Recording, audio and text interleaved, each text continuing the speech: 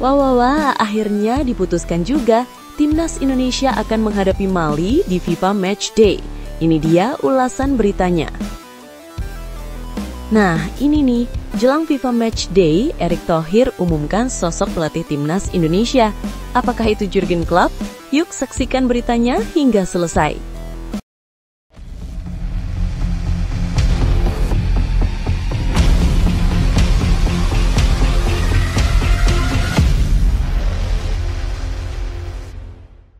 Mohon subscribe channel Timnasku Indonesia agar tidak ketinggalan informasi Timnas Indonesia. Timnas Indonesia melawan Mali jelang SEA Games 2025.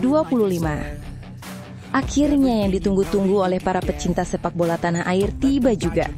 Timnas Indonesia U23 akhirnya mendapatkan lawan di ajang FIFA Match Day bulan November ini. Setelah sempat menjadi teka-teki siapa yang akan dihadapi, kini PSSI memastikan bahwa Garuda Muda akan melawan tim tangguh asal Afrika, yaitu Mali U23. Dua pertandingan uji coba ini akan digelar pada tanggal 15 dan 18 November 2025 di Stadion Pakansari, Kabupaten Bogor, dengan kick-off pukul 20 WIB. Kabar ini disampaikan langsung oleh Sekjen PSSI, Yunus Nusi, yang memastikan bahwa semua persiapan telah dilakukan dengan matang untuk menyambut kedatangan tim lawan. Tim Mali sendiri dijadwalkan tiba di Indonesia pada tanggal 13 November. Uji coba internasional melawan Mali ini bukan sekadar laga persahabatan biasa. Pertandingan ini menjadi bagian penting dari rangkaian persiapan Timnas Indonesia U23 menuju SEA Games 2025 yang akan digelar di Thailand. Dengan menghadapi tim kuat dari Afrika, pelatih dan jajaran tim berharap bisa menguji sejauh mana perkembangan para pemain muda Indonesia, baik dari segi teknik, fisik, maupun mental bertanding. Uji coba ini diharapkan mampu menjadi tolok ukur kesiapan Garuda Muda menghadapi lawan-lawan berat di ajang sesungguhnya nanti. Dalam turnamen SEA Games 2025 mendatang, Timnas Indonesia U23 tergabung di grup C bersama Myanmar, Filipina, dan Singapura. Grup ini memang tidak bisa dianggap remeh, namun secara di atas kertas, Indonesia memiliki peluang besar untuk lolos ke fase berikutnya jika mampu tampil konsisten dan solid. Sementara itu, grup A akan diisi oleh tuan rumah Thailand, Kamboja, dan Timor Leste. Grup B sendiri menjadi salah satu grup yang menarik perhatian karena diisi oleh tim-tim kuat seperti Vietnam, Malaysia, dan Laos. Dengan komposisi tersebut, persaingan di setiap grup diyakini akan berjalan sengit. Sebelum menghadapi Mali, Timnas U23 sudah sempat menjalani 2 laga uji coba internasional pada bulan Oktober lalu melawan India di Stadion Madia, Jakarta. Namun hasilnya belum memuaskan. Dari 2 laga tersebut, Garuda Muda mencatat 1 hasil imbang dengan skor 1-1 dan 1 kekalahan tipis 1-2. Meski demikian, pelatih menilai hasil tersebut sebagai pengalaman berharga bagi para pemain muda untuk terus memperbaiki kelemahan dan meningkatkan kekompakan tim. Lawan seperti India dan Mali dipilih bukan tanpa alasan, melainkan agar para pemain bisa terbiasa menghadapi berbagai gaya permainan dari negara berbeda. Sekjen PSSI Yunus Nusi juga menambahkan bahwa untuk 2 pertandingan melawan Mali ini, informasi terkait penjualan tiket akan segera diumumkan. Antusiasme supporter diprediksi akan sangat tinggi, mengingat laga ini menjadi salah satu momen penting menjelang SEA Games 2025. Stadion Pakansari yang menjadi venue pertandingan juga dikenal memiliki atmosfer yang mendukung untuk pertandingan internasional. Semoga 2 uji coba internasional ini membuat Timnas U23 semakin matang dan solid jelang bertanding di SEA Games 2025 mendatang, ujar Yunus Nusi di laman resmi PSSI. Pertandingan melawan Mali ini diharapkan bisa menjadi ajang pembuktian bagi para pemain muda Indonesia. Setelah menjalani berbagai program latihan dan evaluasi, kini saatnya mereka menunjukkan hasil kerja keras di lapangan. Selain itu, laga ini juga menjadi kesempatan bagi pelatih untuk menentukan komposisi terbaik yang akan dibawa ke Thailand nanti. Dengan dukungan penuh dari supporter, semangat juang yang tinggi, serta pengalaman dari laga uji coba sebelumnya, publik berharap Timnas U23 mampu tampil meyakinkan dan memberikan kebanggaan bagi bangsa Indonesia. 2 pertandingan melawan Mali akan menjadi momentum penting dalam perjalanan Garuda Muda menuju pentas internasional yang lebih besar. Ini bukan hanya sekadar ajang pemanasan, tetapi juga pembuktian bahwa sepak bola Indonesia terus berkembang dan mampu bersaing dengan negara-negara kuat lainnya. Semua mata kini tertuju ke Stadion Pakansari, menantikan penampilan terbaik dari skuad muda Indonesia. Harapan besar pun mengiringi langkah mereka. Semoga Garuda Muda terbang tinggi dan membawa semangat merah putih berkibar di ajang SEA Games 2025 mendatang.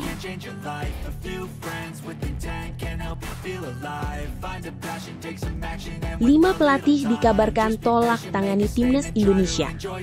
Kabar mengejutkan datang dari dunia sepak bola tanah air.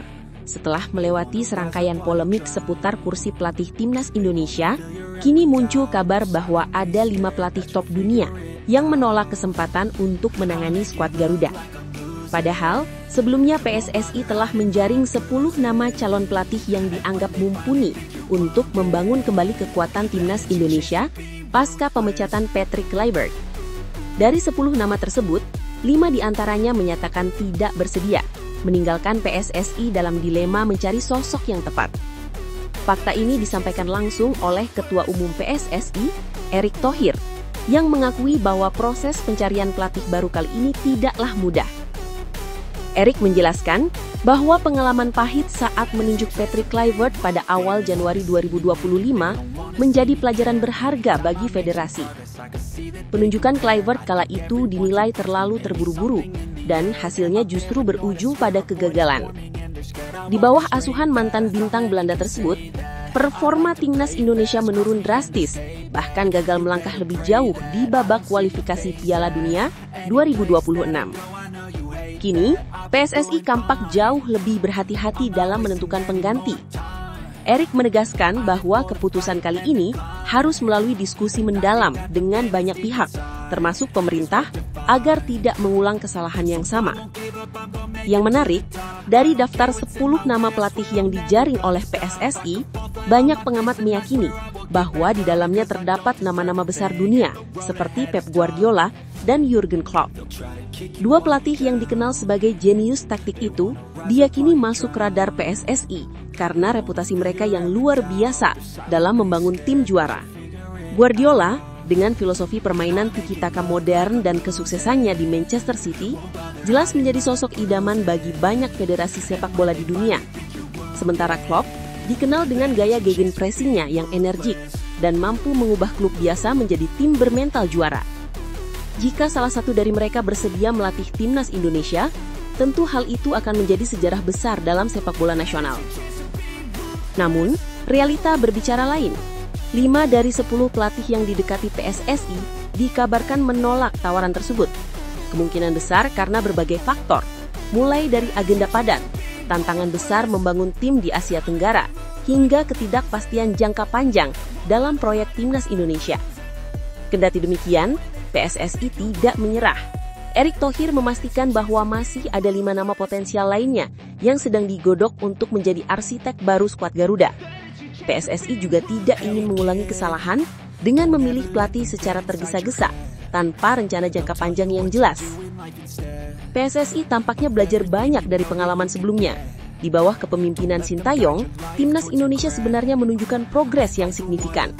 Saat itu, Indonesia berada di posisi ketiga, Grup C, babak ketiga kualifikasi Piala Dunia 2026 zona Asia, hanya terpaut 1 poin dari Australia. Namun keputusan untuk memecat Sintayong dan menunjuk Kluivert justru menjadi titik balik menuju keterpurukan. Kini PSSI tidak lagi ingin terjebak dalam keputusan emosional. Erick menegaskan, kami tidak mau terburu-buru karena keputusan ini sangat krusial untuk masa depan sepak bola Indonesia. Publik pun berharap, kali ini PSSI benar-benar memilih pelatih yang tepat, bukan hanya populer. Nama seperti Pep Guardiola dan Jurgen Klopp tampak terlalu tinggi untuk digapai, namun keduanya merepresentasikan standar pelatih yang diharapkan masyarakat Indonesia. Pelatih dengan visi, disiplin, dan filosofi permainan yang jelas. Jika PSSI serius ingin membawa timnas Indonesia berjaya di level dunia, tipe pelatih seperti itulah yang harus menjadi acuan, bukan sekedar nama besar yang dipilih karena sensasi. Kini proses seleksi masih berlangsung dan penuh dengan dinamika. 5 nama tersisa tengah dikaji dengan teliti, dan PSSI memastikan semua kandidat harus benar-benar siap berkomitmen jangka panjang. Harapan besar tentu menyertai proses ini. Setelah serangkaian kegagalan dan kontroversi, publik ingin melihat perubahan nyata.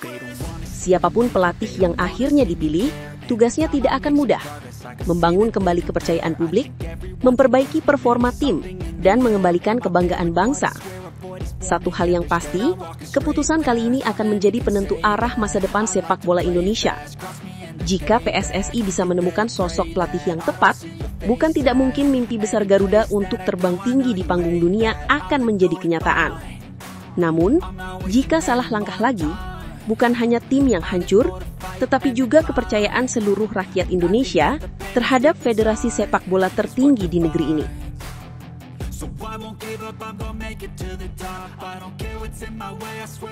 Pesan Nova Arianto jelang lawan Brazil. Menjelang laga besar melawan Brazil di ajang Piala Dunia U17 2025, pelatih Timnas Indonesia U17 Nova Arianto memberikan pesan penting bagi seluruh anak asuhnya. Pertandingan ini menjadi momen krusial bagi Garuda Muda setelah sebelumnya harus menelan kekalahan 1-3 dari Zambia pada laga pembuka grup H. Nova menyadari bahwa menghadapi tim sekelas Brasil bukanlah perkara mudah. Namun ia menegaskan bahwa Timnas Indonesia tidak boleh kehilangan semangat dan rasa percaya diri. Sudah move on, semuanya sudah move on, ujar Nova tegas, memastikan bahwa timnya telah melupakan hasil sebelumnya dan kini fokus penuh untuk menatap laga kedua. Bagi pelatih 44 tahun itu, menghadapi tim sekuat Brasil merupakan ujian besar, baik dari segi mental maupun konsistensi. Ia menekankan bahwa kekuatan mental pemain muda menjadi faktor utama yang bisa menentukan hasil pertandingan. Brazil dikenal dengan permainan cepat, teknikal, dan penuh kreativitas, namun Nova ingin para pemain Indonesia tidak gentar menghadapi tekanan tersebut. Saya minta pemain jangan pernah terlalu respek dengan Brazil, karena kita tidak pernah tahu apa yang akan terjadi di pertandingan nanti, ucapnya dengan penuh keyakinan. Bagi Nova, terlalu menghormati lawan justru bisa membuat pemain kehilangan keberanian untuk tampil lepas. Nova juga menegaskan bahwa semangat pantang menyerah harus menjadi identitas permainan Timnas Indonesia di ajang bergengsi ini. Ia mengingatkan bahwa keberanian dan determinasi tinggi bisa menjadi pembeda di lapangan. Dalam pandangannya, hasil pertandingan bukan hanya ditentukan oleh nama besar atau pengalaman, tetapi juga oleh keinginan kuat untuk berjuang hingga peluit akhir berbunyi. Saya minta semua pemain punya determinasi tinggi, percaya diri tinggi, dan jangan pernah takut. Kita belum tahu hasilnya besok, tapi kita akan mencoba dan berjuang. Kalimat ini menjadi cerminan filosofi kepelatihan Nova yang menekankan semangat juang dan keberanian menghadapi segala kemungkinan. Meski kalah di laga pertama, peluang Indonesia untuk melangkah ke babak berikutnya masih terbuka. Saat ini Indonesia menempati posisi ketiga klasemen sementara grup H dengan 0 poin. Di bawah Brazil dan Zambia yang sama-sama mengoleksi 3 poin. Brazil memimpin klasemen berkat kemenangan telak 7-0 atas Honduras. Sementara Zambia berada di posisi kedua usai menundukkan Indonesia. Meski begitu, situasi ini belum sepenuhnya menutup peluang Garuda Muda. Dengan 2 laga tersisa, melawan Brazil dan Honduras, hasil positif di salah satu laga dapat membuka jalan menuju babak 32 besar. Nova menyadari bahwa Brazil bukan hanya unggul secara teknis, tetapi juga dalam hal pengalaman dan kecepatan bermain. Namun ia percaya, selama para pemain tampil disiplin, fokus dan kompak, peluang untuk memberikan kejutan tetap ada. Latihan intensif terus dilakukan di Aspire Academy Doha dengan penekanan pada taktik bertahan rapat dan serangan balik cepat. Nova juga memastikan bahwa para pemain sudah dipersiapkan secara mental untuk menghadapi tekanan besar di laga tersebut. Baginya, menghadapi tim seperti Brazil adalah kesempatan emas bagi para pemain muda Indonesia untuk belajar dan membuktikan diri di panggung dunia. Lebih dari sekedar pertandingan, laga melawan Brazil menjadi ujian karakter bagi skuad Garuda Muda. Nova berharap para pemainnya bisa menunjukkan mental baja dan semangat juang tinggi, seperti yang selalu ia tanamkan sejak awal. Ia ingin melihat anak-anak asuhnya bermain tanpa beban, namun tetap disiplin dan fokus menjalankan instruksi. Brazil memang kuat, tapi di sepak bola tidak ada yang mustahil. Kalau kita berani, punya tekad dan saling mendukung, hasil besar bisa saja terjadi, tutur Nova dengan penuh keyakinan. Kalimat ini menjadi motivasi bagi para pemain, tetapi juga membangkitkan harapan publik sepak bola Indonesia. Semua mata kini tertuju pada pertandingan melawan Brazil, laga yang bisa menjadi titik balik perjalanan Garuda Muda di Piala Dunia U17 2025. Dengan semangat, kerja keras, dan keberanian yang terus dikobarkan, Indonesia berharap bisa memberikan kejutan dan membuktikan bahwa mereka layak diperhitungkan di kancah sepak bola dunia. Apapun hasilnya nanti, semangat pantang menyerah dan tekad kuat yang ditunjukkan para pemain akan selalu menjadi kebanggaan bagi seluruh rakyat Indonesia.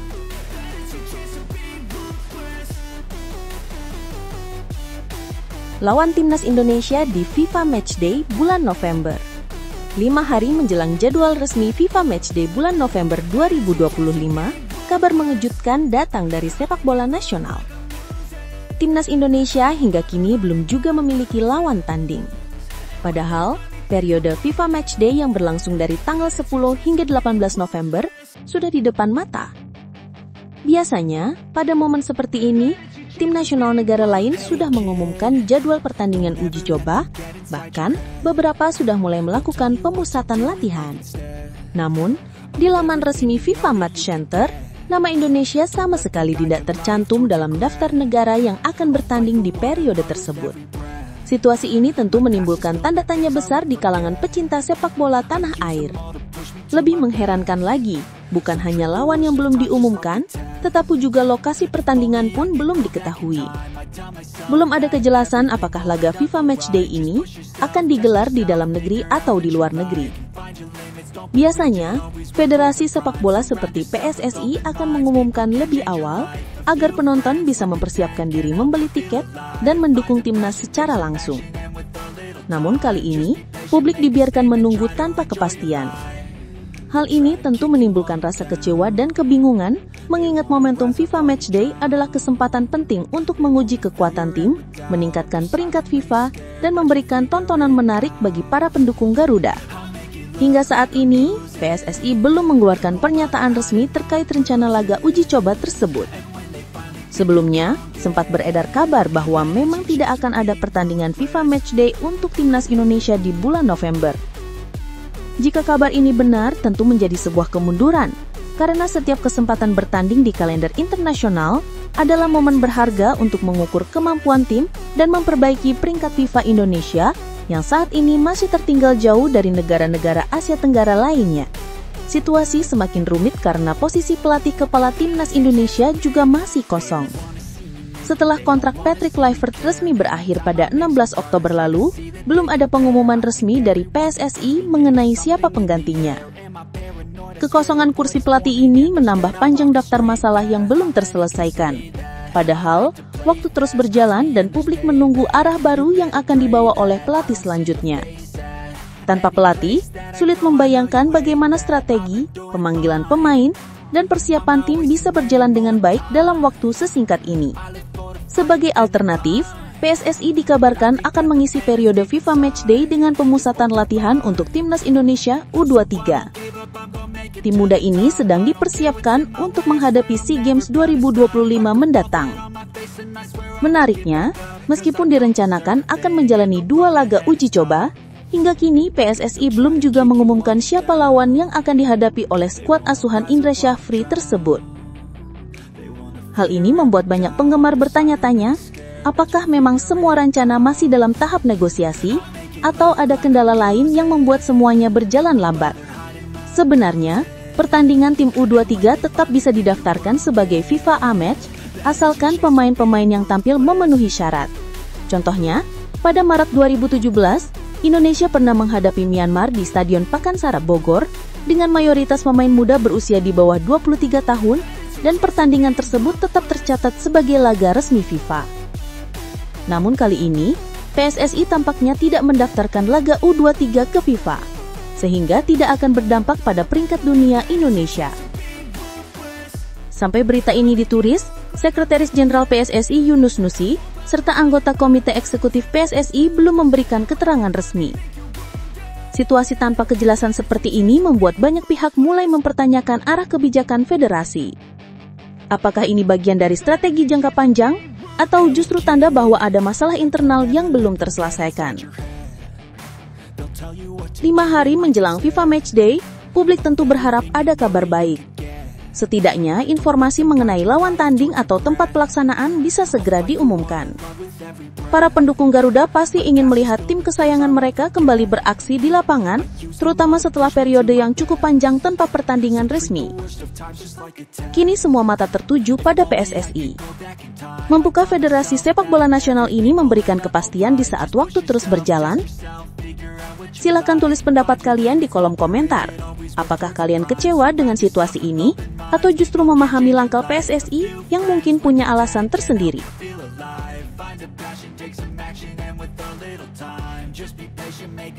Erick Thohir buat target timnas Indonesia terbaru usai ia tak menjabat Ketua Umum PSSI. Benar-benar di luar dugaan. Setelah kegagalan timnas Indonesia melangkah ke putaran final Piala Dunia 2026, banyak yang memperkirakan Ketua Umum PSSI, Erick Thohir, akan mengambil langkah tegas, mungkin bahkan mundur dari jabatannya. Namun kenyataannya justru sebaliknya. Alih-alih mengundurkan diri, Erick malah membuat pernyataan mengejutkan dengan menargetkan timnas Indonesia lolos ke Piala Dunia 2030. Sebuah target besar yang diucapkannya hanya beberapa hari setelah publik dikecewakan oleh kegagalan skuad Garuda di kualifikasi. Langkah ini sontak menjadi perbincangan hangat di kalangan pencinta sepak bola tanah air. Ada yang menganggapnya ambisius, tapi tak sedikit pula yang menilainya sebagai bentuk arogansi. Kegagalan Indonesia di kualifikasi Piala Dunia 2026 jelas meninggalkan luka mendalam bagi para supporter. Setelah berhasil melaju hingga putaran keempat, asa Garuda untuk tampil di pentas dunia pupus di tangan Arab Saudi dan Irak. Banyak penggemar yang merasa kecewa karena tim nasional yang sudah menunjukkan perkembangan signifikan di bawah kepemimpinan Erick Thohir dan jajaran pelatih sebelumnya, ternyata belum mampu mewujudkan mimpi besar jutaan rakyat Indonesia. Di tengah kekecewaan itu, publik berharap ada refleksi besar-besaran di tubuh federasi. Bahkan sebagian besar menyerukan agar Erick Thohir mundur sebagai bentuk tanggung jawab moral. Namun bukannya melepas jabatan, Erick justru memilih untuk maju dengan keyakinan baru. Melalui akun Instagram resminya pada Rabu 5 November 2025, ia menyampaikan permintaan maaf kepada masyarakat Indonesia dan berjanji akan melakukan evaluasi menyeluruh terhadap performa tim nasional. Tak hanya itu, ia juga menegaskan ambisinya bahwa Indonesia akan menatap target Piala Dunia 2030 dengan lebih matang. Menurutnya, kegagalan di 2026 harus dijadikan pelajaran berharga untuk memperbaiki sistem pembinaan, infrastruktur sepak bola, hingga kompetisi lokal yang seringkali hanya menjadi slogan tanpa realisasi. Yang membuat publik semakin terkejut, target ini justru melampaui masa jabatannya sebagai Ketua Umum PSSI yang hanya sampai tahun 2027. Artinya, Erick membuat perencanaan jangka panjang untuk periode setelah ia tidak lagi menjabat. Hal ini memunculkan banyak spekulasi. Apakah Erick benar-benar ingin mempersiapkan fondasi kuat untuk penerusnya, atau justru memberi sinyal bahwa ia berencana maju lagi di pemilihan Ketua Umum PSSI berikutnya? Bagi sebagian orang, langkah ini menunjukkan ambisi politik di balik layar sepak bola Indonesia. Tidak berhenti di situ, Erick juga menambahkan bahwa target Piala Dunia 2030 bukan satu-satunya fokus. Ia bertekad membawa Indonesia masuk ke peringkat 100 besar dunia dalam ranking FIFA, serta menampilkan performa solid di Piala Asia 2027. Target ini terdengar mulia, namun banyak pihak menilai bahwa seharusnya PSSI berfokus dulu pada pembedahan internal, termasuk transparansi, manajemen kompetisi, dan pembinaan usia muda yang seringkali hanya menjadi slogan tanpa realisasi nyata. Di sisi lain, pernyataan Erick yang menyebut publik harus bersabar hingga 2027 saat ada pemilihan ketua umum lagi, justru memicu amarah sebagian fans. Banyak yang menilai ucapan itu seperti bentuk kesombongan seorang pemimpin yang merasa tak tergantikan. Bahkan, beberapa kelompok supporter mulai menggaungkan tagar Erick Thohir out di media sosial sebagai bentuk kekecewaan terhadap arah kebijakan PSSI saat ini. Mereka menganggap Erick terlalu fokus pada pencitraan dan proyek jangka panjang yang belum tentu terrealisasi dibanding menyelesaikan masalah mendasar yang ada di depan mata. Sementara itu, Erick beralasan bahwa proyek kerjasama antara PSSI dan FIFA tidak boleh berhenti di tengah jalan. Ia menegaskan jika kepemimpinan berubah sebelum sistem benar-benar mapan, maka semua program yang sedang berjalan bisa hancur. Pernyataan ini menimbulkan kontroversi, karena terdengar seolah ia ingin memastikan dirinya tetap memegang kendali demi menyelamatkan proyek tersebut. Kini publik dibuat bingung dan bertanya-tanya, bagaimana mungkin seorang ketua umum yang masa jabatannya berakhir pada 2027 bisa membuat target besar hingga 2030? Apakah ini bentuk visi jangka panjang seorang pemimpin? Atau justru sinyal bahwa Erick Thohir memang berambisi maju lagi di pemilihan ketua umum PSSI berikutnya? Satu hal yang pasti, langkah Erick kali ini benar-benar di luar dugaan. Di saat banyak pemimpin memilih mundur setelah gagal, ia justru berdiri dengan keyakinan tinggi, menatap masa depan dengan target yang lebih besar. Pertanyaannya kini, apakah masyarakat masih mau percaya dengan janji-janji besar ini? Silakan tulis pendapat kalian di kolom komentar. Apakah langkah Erick Thohir ini layak disebut visi besar atau justru bentuk ambisi pribadi yang berlebihan?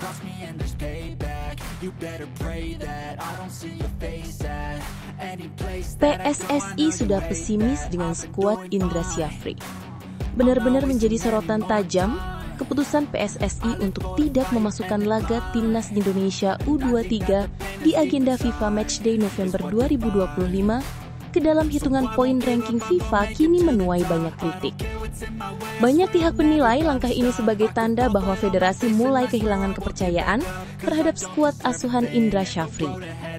Keputusan tersebut diungkap langsung oleh Ketua Badan Tim Nasional, Sumarji, yang menyebut bahwa pertandingan U23 nanti akan berada di tier kedua, artinya tidak akan berpengaruh terhadap peringkat Indonesia di ranking dunia.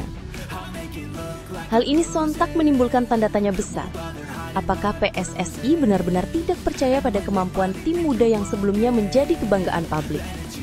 Fakta bahwa FIFA Matchday November ini tidak akan diisi oleh Timnas Indonesia Senior menambah panjang daftar kejanggalan yang terjadi setelah pemecatan pelatih Shin Tae-yong. Padahal, pada era sebelumnya, ketika Shin Tae-yong masih memegang kendali, Indonesia beberapa kali memainkan skuad muda di ajang FIFA Matchday dan tetap mendaftarkan laga tersebut sebagai pertandingan resmi yang berpengaruh terhadap ranking FIFA. Kini, setelah pelatih asal Korea Selatan itu tidak lagi menjabat, arah kebijakan federasi tampak berubah drastis. Publik pun mulai berspekulasi bahwa keputusan ini bukan hanya soal teknis, tetapi juga karena adanya pesimisme dalam tubuh PSSI terhadap kualitas tim yang kini ditangani Indra Syafri. Sejak awal, FIFA Matchday selalu menjadi ajang penting untuk menambah pengalaman pemain dan meningkatkan peringkat tim nasional. Namun kali ini, keputusan PSSI untuk menjadikan periode tersebut hanya sebagai ajang pemusatan latihan membuat banyak penggemar kecewa. Timnas Indonesia U23 memang dijadwalkan menjalani pemusatan latihan pada 12 hingga 18 November 2025, serta 2 laga uji coba internasional. Namun karena tidak didaftarkan sebagai Tier 1, pertandingan itu hanya dianggap sebagai laga persahabatan biasa tanpa dampak apapun terhadap ranking dunia. Bagi sebagian pengamat, ini adalah bentuk nyata bahwa federasi tidak memiliki keyakinan kuat terhadap tim yang sedang disiapkan menuju SEA Games 2025. Padahal, skuad muda Indonesia di bawah asuhan Indra Syafri bukan tanpa prestasi. Mereka adalah tim yang berhasil mempersembahkan medali emas SEA Games 2023 setelah menaklukkan Thailand di partai final. Prestasi tersebut seharusnya menjadi alasan kuat bagi PSSI untuk terus memberikan kepercayaan dan exposure internasional yang lebih luas kepada para pemain muda tersebut. Namun yang terjadi justru sebaliknya. Mereka tidak diberi kesempatan untuk tampil di ajang resmi FIFA yang seharusnya bisa menambah pengalaman sekaligus meningkatkan ranking negara. Banyak yang menilai, sejak pemecatan Shin Tae-yong, arah pembinaan dan kepercayaan federasi terhadap tim nasional mulai goyah. PSSI tampak berhati-hati, bahkan cenderung takut mengambil resiko dengan mendaftarkan timnya di laga berstatus resmi. Padahal, jika tujuannya adalah untuk membangun generasi baru, seharusnya setiap laga berlabel FIFA Matchday justru dijadikan ajang pembuktian bagi skuad muda agar lebih siap menghadapi level internasional. Keterangan Sumarji yang menyebut bahwa Timnas Indonesia U23 didaftarkan di tier kedua tidak masuk dalam ranking FIFA, seolah menjadi pengakuan terbuka bahwa federasi tidak percaya diri dengan kemampuan timnya sendiri. Publik pun mulai mengaitkan keputusan ini dengan hilangnya sosok Shin Tae-yong yang selama ini dikenal berani memberikan kesempatan kepada pemain muda dan menantang lawan-lawan berat di kalender resmi FIFA. Kini dengan Indra Syafri di kursi pelatih, PSSI tampak lebih berhati-hati dan tidak ingin mengambil resiko yang bisa memperburuk peringkat Indonesia di mata dunia. Langkah ini jelas memicu perdebatan. Sebagian pihak menganggap PSSI sedang berfokus pada persiapan SEA Games 2025 dan tidak mau membebani tim U23 dengan tekanan laga resmi. Namun di sisi lain, banyak yang menilai ini sebagai kemunduran besar dan bukti nyata bahwa federasi mulai kehilangan arah setelah perombakan besar di tubuh tim nasional. Pada akhirnya, Keputusan ini menjadi sinyal terang benderang bahwa ada krisis kepercayaan di internal federasi sendiri. PSSI seolah takut dengan hasil buruk, sehingga lebih memilih jalan aman dengan tidak mendaftarkan pertandingan resmi. Padahal, keberanian menghadapi resiko itulah yang dulu membuat publik percaya dengan arah baru sepak bola Indonesia. Kini, setelah Shin Tae-yong pergi, semua itu tampak memudar. Apakah PSSI benar-benar sudah kehilangan kepercayaan pada skuad asuhan Indra Syafri? Silakan tulis pendapat kalian di kolom komentar. Apakah ini langkah strategis atau justru bukti nyata bahwa federasi tak lagi yakin dengan timnya sendiri?